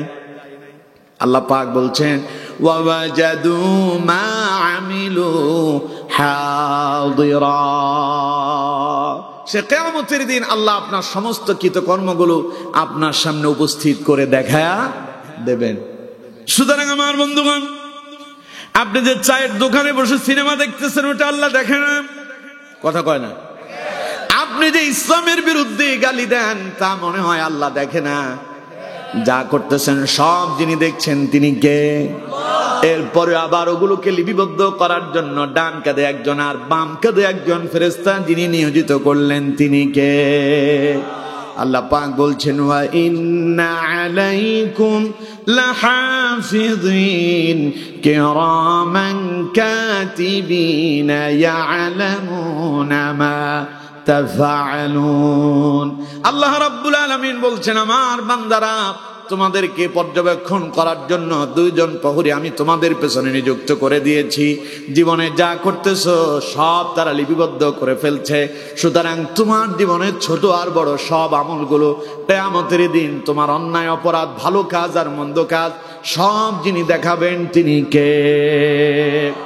লুকমান তার সন্তানকে নসিহত করছেন আর বলছেন আমার আব্বু শোনো, গুনাহ যত ছোটই হোক না কেন, ইন্নাহা ইন তাকু মিসকালা হাব্বা, ওটা যদি সরিষার দানা পরিমাণও যদি হয়, আর সেটাকে যদি ফাতাকুম ফি সাখরাতিন যদি পাথরের ভিতরে রেখে দেওয়া হয়, আও ফিস সামাওয়াতি যদি আসমানে লুকিয়ে রাখা হয়, আও ফিল আরদি অথবা যদি জমিনের ভিতরে দাফন করে দেওয়া হয়, ইয়াতি বিহাল্লাহ সেটাও আল্লাহ পাক বের করে আনতে সক্ষম। সুতরাং আমার আব্বু ভুলেও ছোট্ট গুনাহ তুমি করবা না। এই ছোট্ট গুনাহ আমরা করি কি করি না? এখন কি করব না ছাড়বো? আরো জোরে বলেন, করব না ছাড়বো? আমার দেশে অনেকে দেখবেন বিড়ি খায়, বিড়ি সিগারেট খায়, কয়টা মাকরু বলে না, ও তো জানেই না ও যে হারাম খাচ্ছে। সিগারেটের গায়ে কি লেখা আছে? ধূমপান মৃত্যুর কারণ লেখা আছে না? সিগারেটের গায়ে লেখা আছে ধূমপান কি মৃত্যুর কারণ। আচ্ছা কম তো, বিষ খাইলে মানুষ মরে না বেঁচে থাকে? সিগারেট খাইলেও মানুষ মরে না বেঁচে থাকে? আপনি যখন বিষ খাবেন ওটা কি আস্তে আস্তে কাজ করবে না দ্রুত কাজ করবে? আর সিগারেটটা আস্তে আস্তে করে। আস্তে আস্তে আপনার কলিজাটা পুড়ে যাবে, আপনার ফুসফুস পুড়ে যাবে, নষ্ট হয়ে যাবে, ক্যান্সার হবে, এরপরে আপনার মৃত্যু হবে। ওই মৃত্যুটা যদি সিগারেটের কারণে হয় তাইলে আত্মহত্যা হলো। কথা বুঝতে পারছেন? আপনি তো মনে করছেন ছোট্ট না, এটা মাকরু। কে বলছে মাকরু? ওর গায়ে লিখে আছে এটা মৃত্যু ঘটায়, তার মানে এটা বিষ। বিষ খায়া যদি কেউ মরে আত্মহত্যা করে, ও জান্নাতি না জাহান্নামী? তাহলে এখন সিগারেট খাইয়া যদি মরেন ওটা জান্নাতি হবে না জাহান্নামী হবে? সুতরাং আমার বন্ধুগণ, যদি আপনি এটার ছোট মনে করতেছেন, আল্লাহ পাক বলছেন এটাকে ছোট মনে করো না। ছোট থেকে এটা একদিন হবে বড়, যা তোমার ফুসফুস, তোমার হৃৎপিণ্ড, তোমার কলিজাটারে শেষ করবে। ক্যান্সারে আক্রান্ত হয়ে তুমি মৃত্যুবরণ করবা, আর তুমি তখন জাহান্নামের যাত্রী হয়ে যাবে। এর জন্য আমার বন্ধুগণ, ছোট্ট গুনাহ আমরা করব। আরো জোরে বলেন, করব। নবীজি হযরত আয়েশাকে বলছেন, আয়েশা রাসূলুল্লাহর প্রিয়তমা স্ত্রী হযরত আয়েশা সিদ্দিকা রাদিয়াল্লাহু তাআলা আনহা, রাসূলুল্লাহ খুব ভালোবাসতেন মা আয়েশাকে। মা আয়েশাকে নবীজি বললেন, আয়েশা শোনো, খবরদার জীবনে ছোট্ট গুনাহ করবা না। কারণ তুমি কি জানো ওই ছোট্ট গুনার জন্য কিয়ামতের দিন আল্লাহর কাছে জবাবদিহি করতে হবে। এই ওয়াজ রাসূলুল্লাহ কারে করতেছেন? নিজের স্ত্রীকে। কাকে করতেছেন? নিজের স্ত্রীকে। এবার চিন্তা করেন তো, তাইলে এই ওয়াজটা আমাদের জন্য কম দরকার না বেশি দরকার?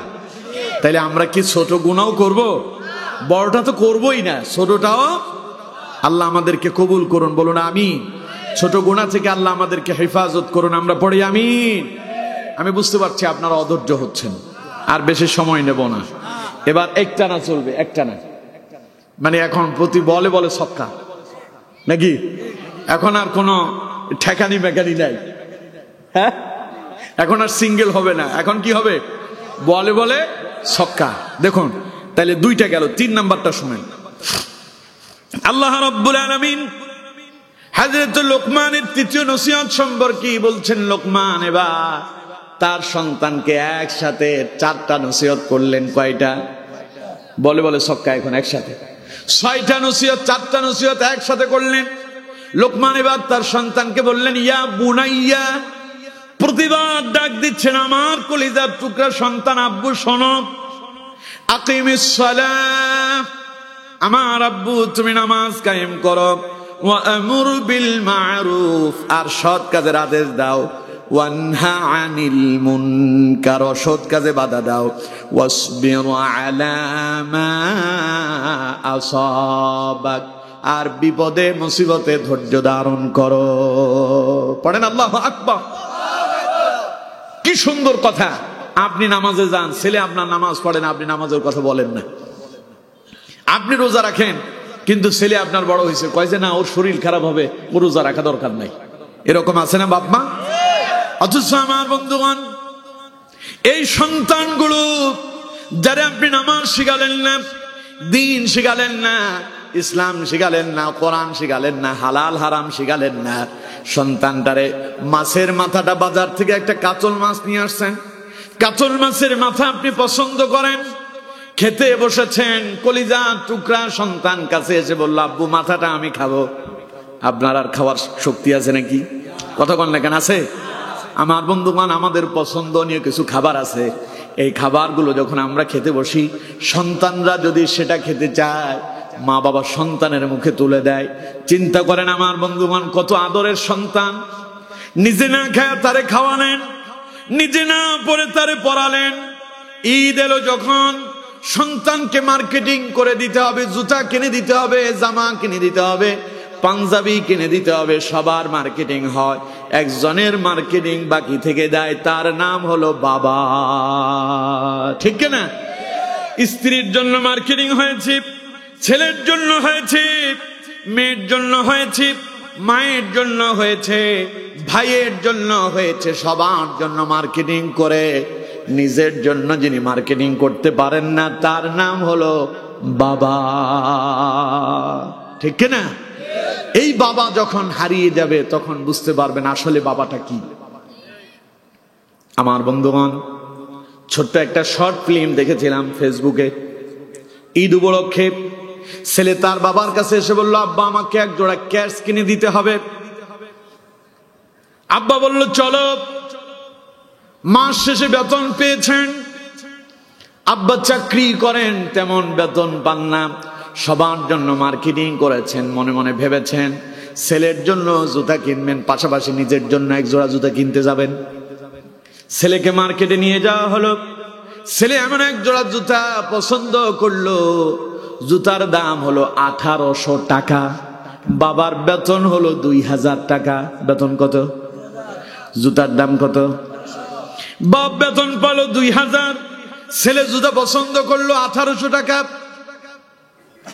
বাবা তার সন্তানকে বলল আব্বু এটা না আরেকটা দেখো। ছেলে বলতেছে আমার বন্ধু এই জুতা কিনছে, আমার ওইটাই কিনা লাগবে, তুমি আমার এটা কিনে দাও। আব্বা জুতা কিনে দেয়, নিজের পায়ের জুতার দিকে তাকায়া জুতাগুলোকে বারবার তিনি লুকায় ফেলতেছেন। দোকানদার বলল চাচা আপনার জন্য এক জোড়া নিয়ে নেন। তখন বাবা বলতেছে অসুবিধা নাই, আমার এগুলোকে নতুন করে মুসির কাছে নিয়ে একটু পালিশ করে নেবনি, তাতেই হয়ে যাবে। এর নাম আব্বা। এর নাম কি? আরো জোরে বলেন, এর নাম কি? এটার চিনবা তখন, হারাবা যখন। যে হারিয়েছে সে জানে। আমার দেশে একখান কথা আছে, দাঁত থাকতে দাঁতের মর্ম বোঝা যায় না, দাঁত যখন হারিয়ে যায় তখন বোঝা যায়। এই যে কলিজার টুকরা সন্তানটাকে নিজে নতুন কাপড় না কিনে, নতুন পোশাক না কিনে সন্তানটারে নতুন পোশাক কিনে দিলেন, মাছের মাথাটা নিজে না খেয়ে সন্তানকে দিলেন। এই সন্তানকে যদি কোরআন না শিখান, দিন না শিখান, ইসলাম না শিখান, নামাজ না শিখান, এই সন্তান কিয়ামতের দিন আপনি বাবার বিরুদ্ধে আল্লাহর আদালতে মামলা দায়ের করবে। কথা আমার না আল্লাহ? আরো জোরে বলেন আমার না আল্লাহ? আমার বন্ধুগণ, সূরা হামিমের সাজদায় আল্লাহ পাক বলছেন রব্বানা আরিনাল্লাযাইনি আযাল্লানা মিনাল জিন্নি ওয়াল ইনস নাজআলহুমা তাহতা আকদামিনা লিয়াকুনা মিনাল আসফালিন। আল্লাহ পাক বলছেন কিয়ামতের দিন মানুষগুলো যখন বিপদে পড়বে তখন আল্লাহকে ডেকে বলবে আল্লাহ কার কারণে আমি পথভ্রষ্ট হলাম? আমার আব্বা আম্মা তো আমার নামাজ শিখায় নাই, দিন শিখায় নাই, ইসলাম শিখায় নাই, ওদেরকে আমার কাছে নিয়ে আসো। আযাল্লানা মিনাল জিন্নি ওয়াল ইনস নাজআলহুমা তাহতা আকদামিনা লিয়াকুনা মিনাল আসফালিন। আমি এমনি এমনি জাহান্নামে যাব না, যাওয়ার সময় তাদের কাদের উপরে ভর দিয়া তাদেরকে পাড়াইয়া পিছাইয়া তারপরেই জাহান্নামে যাব, বলেন নাউযুবিল্লাহ। এই জন্য সন্তানের নামাজ শেখানোর দরকার আছে না নাই? কোরআন শেখানোর দরকার আছে না নাই? হযরত লোকমান একসাথে সন্তানকে 4টা নসিহত করলেন। এবার ইয়া বুনাইয়া আকিমিস সালাহ, আমার আব্বু নামাজ কায়েম করো, ওয়ামুর বিল মারুফ, আর সৎ কাজের আদেশ দাও, ওয়ানহা আনিল মুনকার, অসৎ কাজে বাধা দাও, ওয়াসবির আলা মা আসাবাক, আর বিপদে মুসিবতে ধৈর্য ধারণ করো, কারণ নামাজ পড়লে তোমার অসুবিধা হবে না, সৎ কাজের আদেশ দিলেও তেমন অসুবিধা নাই, কিন্তু অন্যায় কাজে যখনই বাধা দেবে তখনই তোমার উপরে বিপদ আসবে, ঠিক না? আলেমদের বিরুদ্ধে বিপদ আসলো কখন? যখন তারা অন্যায়ের বিরুদ্ধে কথা বলেছিল, ঠিক না? অন্যায়ের বিরুদ্ধে কথা বললেই বিপদ। এজন্য হযরত লোকমান সন্তানকে এবার 4 নম্বর নসিহতটা করলেন, ওয়াসবির আলা মা আসাবাক, এই বিপদ আর মুসিবতে হতাশ হওয়া যাবে না, ধৈর্য ধারণ করতে হবে, ইস্তেকামত থাকতে হবে, সবর করতে হবে। পড়েন সুবহানাল্লাহ।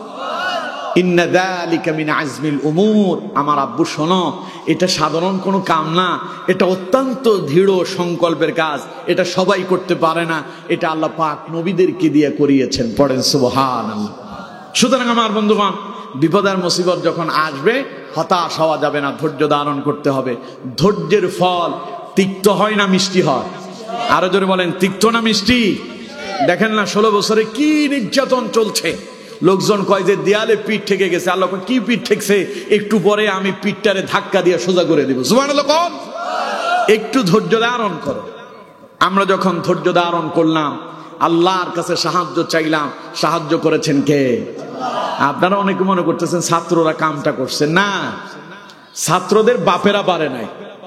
ছাত্রদের বাপ বুঝেন, বিএনপি চেষ্টা করছে, পারে নাই। জামাত ইসলাম চেয়েছিল, পারে নাই। হেফাজতে ইসলাম চেয়েছে, পারে নাই। চরমোনাই চেয়েছিল, পারে নাই। সবাই যার যার জায়গা থেকে আবার সকলে ঐক্যবদ্ধ হয়ে চেষ্টা করেছিল, পারে নাই। ছাত্ররা রাজনীতি জানে না, এরা কেমনে পারলো? আসলে ওরা পারে নাই, ওদেরকে দিয়ে আল্লাহ কামটা করাইছে। আরো আসতে কম, আল্লাহ পাক বড় বড় বাহিনীদেরকে পৃথিবী থেকে নাস্তানাবুদ করার জন্য ক্ষুদ্র বাহিনী ব্যবহার করেছেন। সুবহানাল্লাহ। বলে নমরুদ খুব প্রভাবশালী ছিল না? আল্লাহরে হত্যা করার জন্য আসমানে তীর নিক্ষেপ করছে।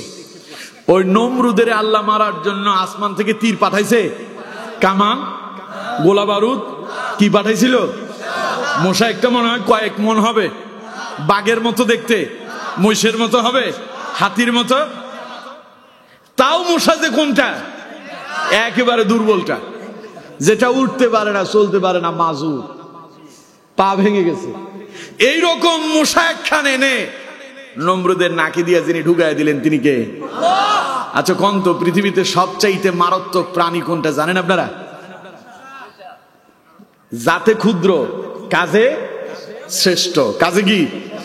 আচ্ছা কোন তো বাঘ ধরে মানুষ কি বাইরে রাখে না খাঁচায় রাখে? আর অন্যদিকে মশার ভয়ে মানুষ খাঁচায় থাকে।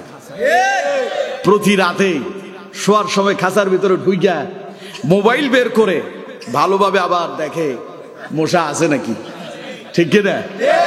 খুব ভালো করে খুঁজে দেখছে, মশা একখানও নাই। আরামে ঘুমায় বসে।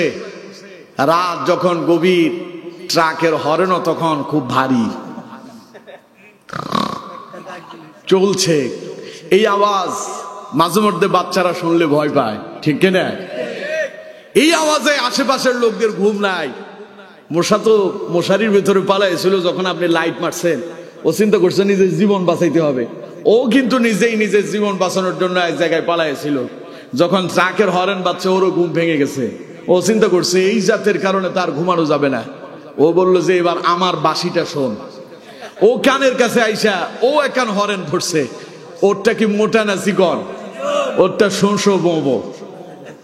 আপনি যে নাকের হর্ন বাজায়, বাসের ট্রাকের হর্ন বাজায় ঘুমাচ্ছেন, ও কানের কাছে আইসা কয়, দেখ তো কারটা বেশি মজা, তোরটা না আমারটা। কানের কাছে আইসা ফিন ফিন গুনগুন করে ফিস ফিস করে গায়। তখন আপনি ঘুমের ভেতরে কাম হয় না।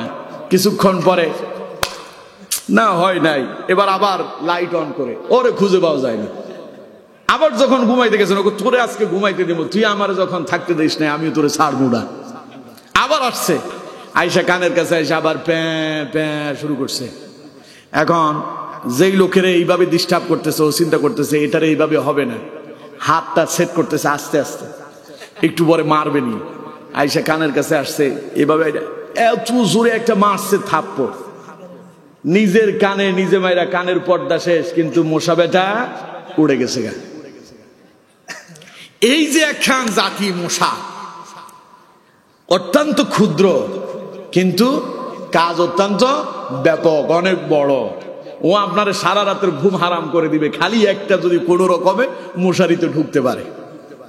এইরকম একখান মশা যদি নাক দিয়া ঢুইকা ব্রেনটে গিয়া যদি ওর যদি গান বাজায়, বাইর করার কোন সুযোগ আছে? পট্টত আছে? এইরকম একখান ঢুকে গেছে নমরুদের নাক দিয়া। কে ঢুকালো? আরো জোরে বলেন। ভেতরে ঢুইকা ও যখন গান ধরছে, নমরুদ কয় কিরে, জীবনে এমন গান তো আর কোনোদিন শুনি না, এই গানের যন্ত্রণায় আর বাঁচি না, গানের যন্ত্রণায় খালি মাথা যন্ত্রণা করতেছে। তার সৈন্য সেনাদেরকে ডেকে বলছে, কে কোথায় আছো, মাথা আমার যাচ্ছে, মাথাটা একটু টিপে দাও। সৈন্যরা মাথা চিবে, ও কয় যে লাগে না, তোদের হাতে কি শক্তি নাই? কয় যে স্যার, যত শক্তি আছে সব দিয়েই তো চেষ্টা করতেছি। কয় তাহলে ঘুষি মার। শুরু হয়ে গেল এই দিক থেকে একটা, ওই দিক থেকে একটা, দুই দিক থেকে চলতেছে। মাথাটা উপরের দিকে উঠা একেবারে আপনার ওই যে মানুষ মাথার ভিতরে ইয়ে দেয় না, কি বলে এগুলা, রাজা বাচ্চারা, হ্যাঁ এইরকম উপরের দিকে উঠে গেছে মাথা, মুকুট এটা উপরের দিকে উঠে গেছে। এখন তারপরেও মাথার যন্ত্রণা যায় না। নমরুদ বলতেছে, কিরে তোদের হাতের কি আর শক্তি নাই? কয় স্যার আর নাই। কয় তাইলে তোদের হাতে কি আছে? কয় যে রাইফেল আছে। কয় তাইলে ওইটা দিয়ে পিটা। এবার এটা দিয়ে উপর দিক থেকে চলতেছে, মাথা নিচের দিকে নাই, মা রুটির মতো সেপটা হয়ে গেছে। ফেরেশতারা আল্লাহর কয়, আল্লাহ এই পাগলের সাইজ করতে বুঝি এত কিছু লাগে? আল্লাহ কয়, ওরে এমনি ছাড়বো না, ও না আমারে মারতে আসছে, ওরে এখন শেষ করবো তার বাহিনী দিয়া। ঠিক কিনা? আরো জোরে বলেন ঠিক কিনা? বিগত 16 বছর যারা ইসলামী আন্দোলনের উপরে নির্যাতন করেছিল, আলেমদের উপরে নির্যাতন করেছিল, সাধারণ জনগণের উপরে নির্যাতন করেছিল, আল্লাহ তাদের বাহিনী দিয়াই তাদেরকে দুনিয়া থেকে বিদায় করেছেন। ঠিক কিনা? তিনি বলে, এই সেনাবাহিনী আমি তৈরি করছি, আমি তো কল্পনাই করি না আমার এই সেনাবাহিনী আমার বিরুদ্ধে এই কাম করবে। খালি 45 মিনিট সময় দিছে, ম্যাডাম তাড়াতাড়ি বের হন, নাইলে ব্রাশ ফায়ার করে আপনারও শেষ করবে, আমারও শেষ করবে। এই ভয় তাদের কলিজায় যিনি ঢুকাইয়া দিলেন তিনি কে? ছেলেদের কাছে কি কামান, বন্দুক, রাইফেল ছিল? কিছু নাই, খালি হাতে বের হইছে। ওরা কয় চেয়েছিলাম অধিকার, হয়ে গেলাম রাজাকার। আল্লাহ কয় স্লোগান কিন্তু আরো একখান বাকি আছে। সুবহানাল্লাহ বললেন না? ওরা স্লোগান দেয় চেয়েছিলাম অধিকার, হয়ে গেলাম রাজাকার। আল্লাহ কয় পরেরটা শোন, তোরা চাইলে অধিকার, তোদেরকে ওরা বানালো রাজাকার। আমি আল্লাহ ঘোষণা দিলাম তোরাই হলি আগামী দিনের সরকার। নাহিদ আসিফ জীবনে কল্পনা করছে এই বোলারা রাষ্ট্র চালাবে? কথা কন না কেন? কল্পনা করছে? ওদেরকে জিরো থেকে যিনি হিরো বানায় দিলেন তিনি কে? আর ওই বিশাল বাহিনী এখন ভয়ে পালায় গেছে। কি ক্ষমতা? খেলা হবে।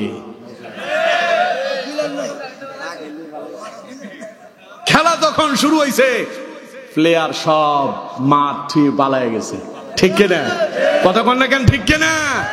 সুতরাং এই বিশাল বিশাল বাহিনীকে পরাজিত করার জন্য, নাস্তানাবুদ করার জন্য আল্লাহ পাক বড় বাহিনী ব্যবহার করেননি। ওইখানে জামাত ইসলামের প্রয়োজন হয় নাই, হেফাজতে ইসলামের প্রয়োজন হয় নাই, চরমনায় প্রয়োজন হয় নাই, বিএনপির প্রয়োজন হয় নাই। আল্লাহ রাব্বুল আলামিন ছাত্রদের মধ্য দিয়ে এমন এক বিপ্লব ঘটায় দিলেন, ওরা পালিয়ে যেতে বাধ্য হয়েছে। ঠিক কিনা? সুতরাং আমার বন্ধুগণ, আল্লাহ পাক বলছেন, হযরত লোকমান সন্তানকে নসিহত করলেন, আব্বা সৎ কাজের আদেশ দিবা, অন্যায় অপরাধ দেখলে বাধা দিবা, ওয়াসবির আলা মা আসাবাক, বাধা আসলে ধৈর্য ধারণ করবা। আর ধৈর্য ধারণ করলেই বিজয় দেবেন কে? ওইটা বেশি দূরে যাওয়ার দরকার নাই। গত 1 মাস 2 মাস আগের ইতিহাস দেখলেই আমরা এখান থেকেই শিক্ষা নিতে পারি। পড়েন আলহামদুলিল্লাহ। এজন্য বিপদ আর মুসিবতে ধৈর্য ধারণ করতে পারবো তো ইনশাআল্লাহ। আগের 2টা, এখানে 4টা। কয়টা হলো? 6টা। বাকি আছে কয়টা? 4টা। বাকি 4টা খুব দ্রুত। আমার বন্ধুগণ, এবার হযরত লোকমান তার সন্তানকে বললেন, আমার সন্তান শোনো, ولا تصعر خدك للناس ولا تمشي في الأرض مرحا إن الله لا يحب كل مختال فخور পড়েন আল্লাহু আকবার। আমার বন্ধুগণ, আল্লাহ পাক বললেন এবার লোকমান সন্তানকে নসিহত করছে, ওয়ালা তুসাইরু খাদ্দাকা লিন্নাস, আমার সন্তান অহংকার বশবর্তী হইয়া মানুষদেরকে অবজ্ঞা করো না। অহংকার দেখায়া মানুষদেরকে অবজ্ঞা করে এরকম লোক আছে না নাই? আরো জোরে বলেন, আছে না নাই? পয়সাওয়ালারা রিক্সাওয়ালারে মানুষই মনে করে না। রিক্সাওয়ালা দেখলে ওর কাছে এটা মানুষই মনে হয় না, দেখলে ধাক্কা দেয়। মোটর সাইকেল চালাইতো, আইসা রিক্সায় দিছে মাইরা দিছে মোটর সাইকেলওয়ালা, ওরটার দাম বেশি, রিক্সাওয়ালাটার দাম কম, এই জন্য নাইমা আবার রিক্সার ড্রাইভারের দুইটা চড় লাগায় দেয়, আছে না নাই? বাজারে গেল, যায়া হোটেলে বৈশা সেখানে নাস্তা পানি খাইয়া 20 টাকা বকশিস দিয়েছে যে মেসিয়ার ছিল তারে, বয়রে 20 টাকা 50 টাকা বকশিস দিল। রিক্সাওয়ালা রিক্সার ফ্যাটেল চাইবা ওরে বাড়িতে নিয়ে আসছে, ও যদি 10টা টাকা যদি বকশিস চায় ওরে চড় থাপ্পড় লাগায়, এরকম কিছু অহংকারী আছে না নাই? আর ও যদি কোন দলের নেতা হয়ে যায় তো কথাই নাই, এগুলো তো আমরা দেখেছি। ওর পাওয়ার একখান, ও নেতা, ও কি নেতার নাই এখন ছাতা মাথা, ঠিক কিনা? আমি তখনও বলেছি, আগেও বলেছিলাম, এই নেতাদের কোনো ছাতা মাথা একদিন থাকবে না।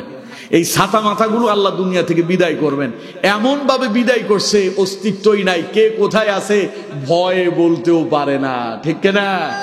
কলিজায় ভয় ঢুকায় দিলেন কে?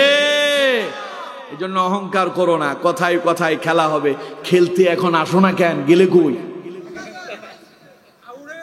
সুতরাং আমার বন্ধুগণ, আল্লাহ বলছেন, লোকমান তার সন্তানকে বলছে, আব্বু ওয়ালা তুসাইর খাদ্দাকা লিন্নাস, অহংকার বশবর্তী হইয়া মানুষকে অবজ্ঞা করো না। কথায় কথায় বলতো আমরা বিএনপির নাম মুছে ফেলবো, জামাতের নাম মুছে ফেলবো, ইসলামী দল আর ক্ষমতায় আসতে পারবে না, জঙ্গিবাদদের এই দেশে আর জায়গাই হবে না, সব রাজাকার। এখন স্লোগান যখন উঠছে সবাই বলে আমরা যখন রাজাকার, তোরা এখন বাংলা ছাড়। দেশ হয়ে গেছে রাজাকারে, এখন তোরা বাংলা ছেড়ে চলে যা, সবগুলা গিয়া মামুর বাড়ি। আল্লামা সাইদি বলছে, কথায় কথায় আমাদেরকে মৌলবাদ বলো, মৌল আছে 12 কোটি, মূল থেকে এমন ঝাঁকুনি দেব, মামুর বাড়ি দিল্লি গিয়া পড়বা। ইতিহাস সাক্ষী, আল্লামা সাইদি বিদায় নেওয়ার পরেই এই তাগুত বাহিনী এমন ধাক্কা এসেছে, মামুর বাড়িতে গিয়াই পড়ছে, ঠিক কিনা? এরপরে আল্লামা সাইদিরে যদি না চেনেন, চেনার জন্য আর কোনো পথ নাই আমার বন্ধুগণ। সুতরাং অহংকারের পতন যিনি অনিবার্য করে রেখেছেন তিনি কে? অহংকার করা কার জন্য মানায়? আল্লাহর জন্য। অহংকার আল্লাহর চাদর। অহংকার আল্লাহর কি? রাসূলুল্লাহ বলেছেন, যে ব্যক্তি অহংকার করে সে যেন আল্লাহর চাদর নিয়ে টানা হেসড়া করে। নাউজুবিল্লাহ বললেন না? এই জিনিসটা কার? আমার। এই মাফলার কার? আমার। এখন এটা যদি উনি যদি টান দিয়ে কয় যে না এটা আমারে দিয়ে দেন, আমি কি খুশি হবো? আল্লাহর অহংকার হচ্ছে আল্লাহর চাদর। নবীজি বলছেন, যে ব্যক্তি অহংকার করে সে যেন আল্লাহর চাদর নিয়ে টানা হেসড়া করে। বোঝানোর আর কোনো কিছু দরকার আছে? তাইলে অহংকার করবেন, বিনয়ী হবেন। বিনয়ীদেরকে পছন্দ করেন, ভালোবাসেন যিনি, তিনি কে? আর অহংকারীদেরকে অপছন্দ করেন যিনি, তিনি কে? দেখুন আল্লাহ পাক বলছেন, ইন্নাল্লাহা লা ইউহিব্বু কুল্লা মুখতালিন ফাখুর, নিশ্চয় আল্লাহ পছন্দ করেন না তাদেরকে অহংকার দেখায় যারা। এর জন্য আমার বন্ধুগণ, অহংকারী হওয়া যাবে। তাহলে 7 নাম্বার, লোকমান তার সন্তানকে বললেন, আব্বা অহংকার করে মানুষদেরকে অবজ্ঞা করো না। 8 নাম্বার বললেন, ওয়ালা তামশি ফিল আরদি মারহা, আর দাম্ভিকতার সাথে জমিনে পদাচরণ করো না। জমিনে চলার সময় বিনয়ের সাথে চলো, বেশি বাহাদুরি দেখায় চলো না। পায়ে তো তার জমিনে মাটি লাগে না পায়ে, এরকম আছে না? কথা কন না? আছে না? ছিল, এখন অনেকেই নাই। 16 বছর অনেকেরই দেখেছি, এখন আর নাই। নতুন করে আবার কিছু তৈরি হওয়ার চিন্তা ভাবনা করতেছে আর কি। চিন্তা ভাবনা বাদ দেন, আল্লাহ পছন্দ করেন না অহংকারীদেরকে। আল্লাহ বুঝার তৌফিক দান করুন। আরো জোরে বলেন, আরো জোরে পড়েন। তাইলে 7 নাম্বার, অহংকার করে মানুষকে অবজ্ঞা করা যাবে না। 8 নাম্বার, জমিনে অহংকার করে চলাচল করা যাবে না। হযরত লোকমান তার সন্তানকে বলল, আব্বু, এই অহংকার করে চলে যারা আল্লাহর অপছন্দনীয় পাত্র তারা। ইন্নাল্লাহা লা ইউহিব্বু কুল্লা মুখতালিন ফাখুর, আল্লাহ পছন্দ করেন না তাদেরকে অহংকারী যারা। সুতরাং আমার বন্ধুগণ, অহংকার আমরা করব। তাইলে গেল কয়টা? 8টা। বাকি আছে কয়টা? 2টা। দেখুন এবার হযরত লোকমান তার সন্তানকে বলছেন, ওয়াকসিদ ফি মাশিকা ওয়াগদুদ মিন সাওতিক ইন্না আনকারাল আসওয়াতি লাসাউতুল হামির। আমার আব্বু শোনো, ওয়াকসিদ ফি মাশিক, চলাচলে মধ্যম পন্থা অবলম্বন করো। সুবহানাল্লাহ পড়েন। চলাচলে মধ্যম পন্থা অবলম্বন করো, অহংকারীও হয়ে যেও না, আবার একেবারে তুমি জীর্ণ শীর্ণ হয়ে যেও না। মধ্যম পন্থা যিনি পছন্দ করেন তিনি কে? এজন্য চলাচলে কোন পন্থা অবলম্বন করতে হবে? মধ্যম পন্থা। অনেকে আছে মানে নিজেরে একটু বুজুর্গ হিসেবে জাহির করতে গিয়া এমন পোশাক পরছে, ওই যে আমার দেশে কিছু আছে দেখবেন, চুলের ভেতরে জট, দাড়িতে জট, গায়েতে শর্ট, গোসল যে কত বছর আগে করছে ও জানেই না। আছে না নাই? আবার আমার দেশের লোকেরা ওদেরকে পীর বাবা বলে, যায়া ওদের কাছে বিভিন্ন সাহায্য কামনা করে। এটা কি ইসলাম অ্যাকসেপ্ট করে? করে না। সুতরাং একেবারে নিম্ন মানেরও হওয়া যাবে না, আবার একদম উঁচু লেভেলের অহংকারীও হওয়া যাবে না।